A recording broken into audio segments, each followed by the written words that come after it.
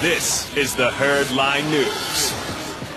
Sam Bradford had his knee scoped yesterday, and so now he will be placed on the IR.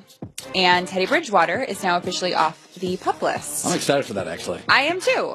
How long do you think it'll be before he plays? I'm not probably a couple weeks. I don't think Teddy Bridgewater is, amazing. He's not Dak Prescott, I don't think. He's always been, you can see him now. Mm-hmm. He's kind of a small, physically he's kind of, small.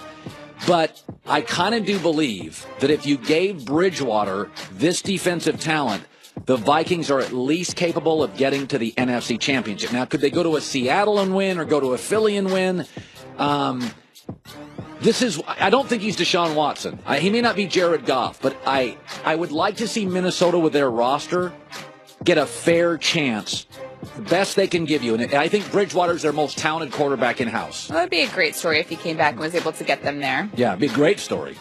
The Steelers play the Colts on Sunday, and for some reason, Big Ben was asked about the Patriots, who they don't play until Week 15. I think he was equally as perplexed by the question.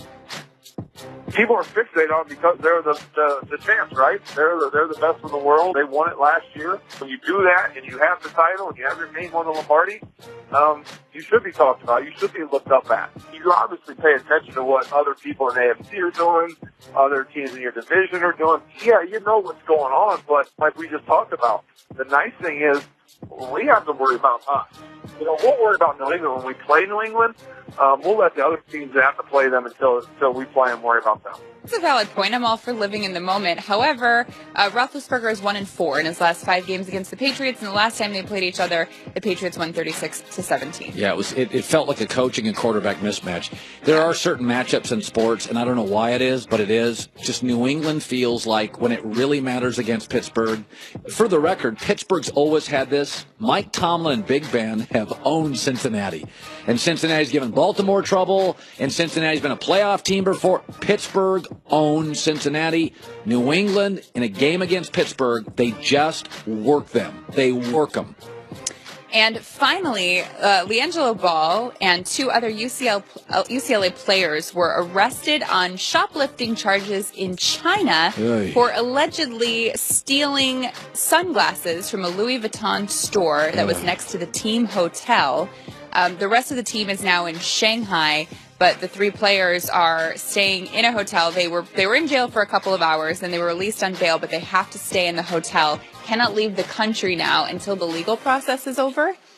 I'm told it is a 4 to 5 star luxury hotel that they are in, so they are definitely not in a bad situation. That'd be terrifying, though, if you're It would be, yeah, it's terrifying.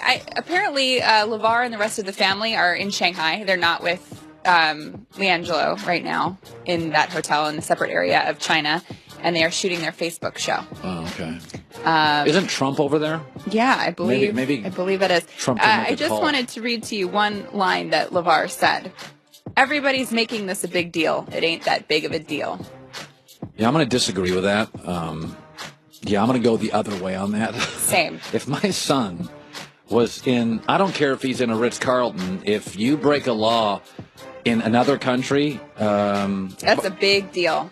And if your family's brand is that you are not a big baller unless you can afford $500 pairs of shoes, you're not a big baller if you're stealing sunglasses either. Well, it's a communist country. Yeah, it's just not, it's not a smart thing to do. Right. They kind of see the world. And, I also think of UCLA. Does UCLA really, apparently Steve Alford was at the police station for hours dealing with this while his team is supposed to be playing in China. This is the downside to the whole ball thing. You just, it's just like, I've had friends who are college football coaches, and sometimes there'll be a really good high school quarterback prospect.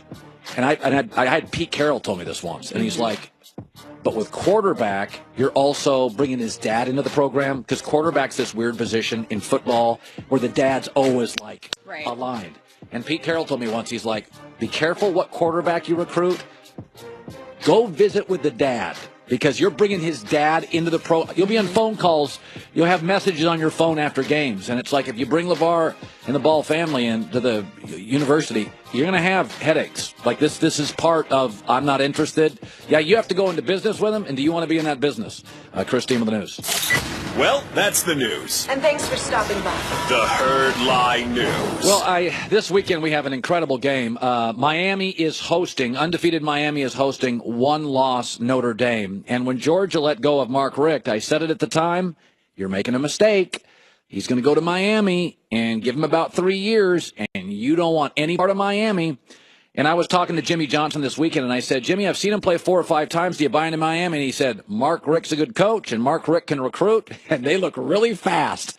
And joining us now, the coach of the Miami Hurricanes. They are number 7 in the college football playoff rankings, Mark Richt. Are you surprised, Mark, that it happened this quickly, that you're this good this quickly? Well,